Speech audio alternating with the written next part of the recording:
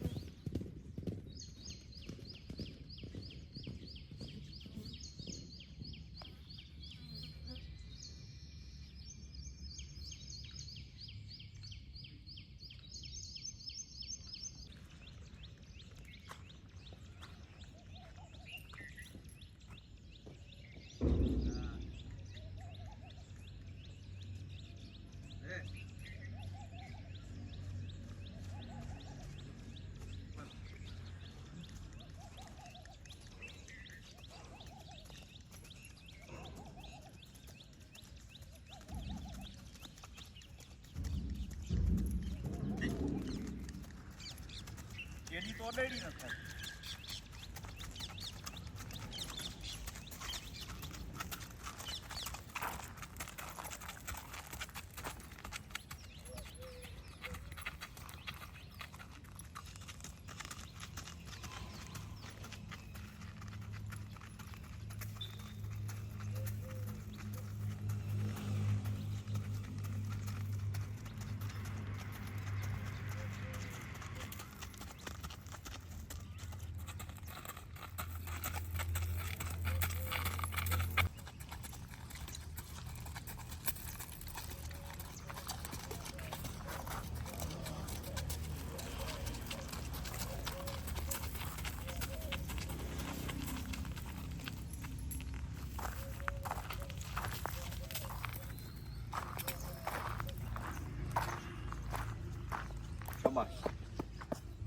તો મિત્રો આજે હળવું રાજકોટમાં હળવું અડધો ઇંચ માંડ વરસાદ પડ્યો છે। કોણ જાણે ક્યાંથી એવો ખબર નહીં, પણ આવ્યો ક્યાંકથી, સારી વાત છે। અમદાવાદ, સુરત, બરોડા, દક્ષિણ ગુજરાત, ઉત્તર ગુજરાતના જે વરસાદમાં ધબાધબી બોલાવે એવું આપણા અહીં કંઈ છે નહીં, પણ થોડોક વરસાદ પડે તો આપણા એ તકલીફ જાજી। એટલે આજે હળવી બેરવેક રાઇડિંગ અને આ શું જરૂરી છે કે જવરને અહીંયા તકલીફ થઈ ગઈ હતી। જો આ બાજુનું જડબું છે થોડુંક એ હોજેલું દેખાય, કદાચ જીવડું કઈડી ગયું હોય ને કંઈક વાગ્યું હોય। આ ભાગ છે થોડોક, હું ફોટો આમાં મૂકું છું, એ હોજી ગયો છે, પાછું એકદમ રેડી થઈ ગયો। એટલે કુદરતી સારવાર થઈ ગઈ એની રીતે। અને બીજી ખાસ વાત છે એ હું તમને વાડીએ જઈને કહીશ। ચાલ, તો મેં તમને જે વાત કીધી કે વાડીએ જઈને વાત કરું। હવે પ્રશ્ન એ છે કે ઘોડાને અહંગરો લાગે કે ન લાગે। ટૂંકમાં ભેગા ને ભેગા ઘોડા રહેતા હોય સતત નાનપણથી, જ્યારે જન્મ થયો હોય ત્યારથી, તો એકને તમે દૂર કરો, બીજો વાડીએ હોય, એકને બીજી જગ્યાએ લઈ જાઓ, તો જે વાડીએ રહેતું જનાવર છે એને, અથવા તો બીજી જગ્યાએ એકાંતમાં જેને લઈ ગયા છો ત્યાં, બે જગ્યાએ અરસપરસ અહંગરો એટલે કે ખોટ વર્તાય। એને હાજરી ન હોય તો મનને કંઈ થાય, ખાવાની અંદર કંઈ ફેર પડે, એની રોજિંદી ક્રિયાઓ હોય એની અંદર કાંઈ ફેર પડે, એના મગજ ઉપર કાંઈ અસર થાય કે ન થાય। મને ખ્યાલ નથી, પણ મને જે હમણાં અનુભવ થયો એની હું તમને વાત કરું છું. આગળના 2-3 વિડીયોમાં તમે જોયું હશે કે આજે રાજલ અને યશસ્વીને પાર્ટી પ્લોટમાં ખુલ્લા મૂક્યા. ટાઇટલ છે, જોઈ લેજો કદાચ, અને ડિસ્ક્રિપ્શનમાં એ લિંક હું પેસ્ટ કરું છું એટલે તમને ખબર પડે. તો જ્યારે રાજલ અને યશસ્વીને ત્યાં લઈ ગયા પછી ગજાવર અહીંયા હતો, તો એને ઘણી બધી તકલીફ થઈ. ટૂંકમાં વાત કરું તો ખાવા પીવાનું એને ઓછું કરી નાખ્યું, એ એના આમ શરીરમાં એમ દેખાય છે. પછી એવું કર્યું કે ઘોડાને ત્યાં લઈ ગયા, કારણ કે લીલું ઘાસ અદ્ભુત, તો એ ઘાસ તો ઘોડાને કેટલું પ્રિય હોય, એ તો એ ખાવાનું છોડે નહીં, તો ન્યાય એને ખાધું નહીં, મોટાભાગે ઊભો રહ્યો, પાણી પીવાનું ઓછું કરી નાખ્યું. તો આ વાત મારા અનુભવ પ્રમાણે મને આવી એક શીખવા મળી, જાણવા મળી. હિતેચ્છુ મિત્રોને મેં પૂછ્યું ખરું કે આવું થાય ઘોડાની અંદર કે ન થાય, તો કે થાય નહીં આવું, પણ હવે બીજું કંઈક હોઈ શકે એમ.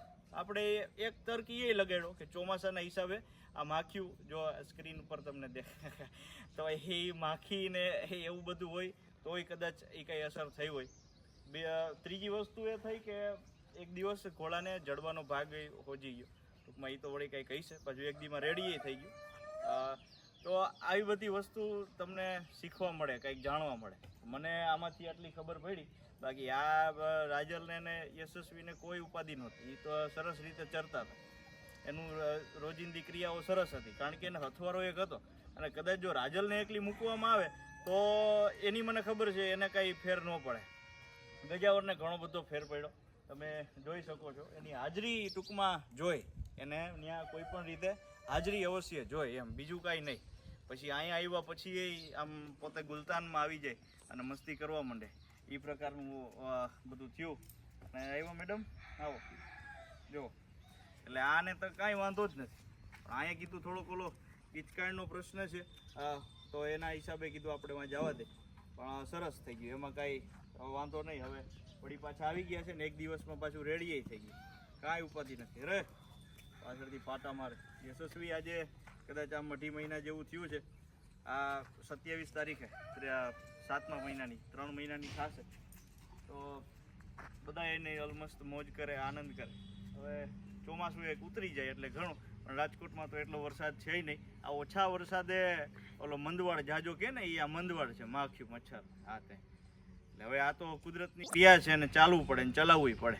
બસ મળીશું આપણે નવા વિડીયોની અંદર અને નવી કોઈ વાત સાથે. પણ આ પ્રશ્નનું મને આપને કોઈને ખબર હોય, ખ્યાલ હોય તો મને જવાબ આપશો કે અશ્વને આવી રીતે દૂર કરવામાં આવે, જે નાનપણથી ભેગા રહેતા હોય અને બીજા એનો કોઈ હથવારો ન હોય. બાકી તો અહીંયા ઘોડા ભેગી ગાયું ને બધું હતું, માણસો ને બધું અહીંયા જ હોય, તો એ જોતા એને એ અનુકૂળ ના આવ્યું, એટલા માટે વળી પાછા આપણે ભેગા કરવા પડે. તો આ પ્રશ્નનો જવાબ જો આપ કોઈ આપી શકો તો એ મારા માટે ખૂબ મહત્ત્વની વાત રહેશે. ધન્યવાદ.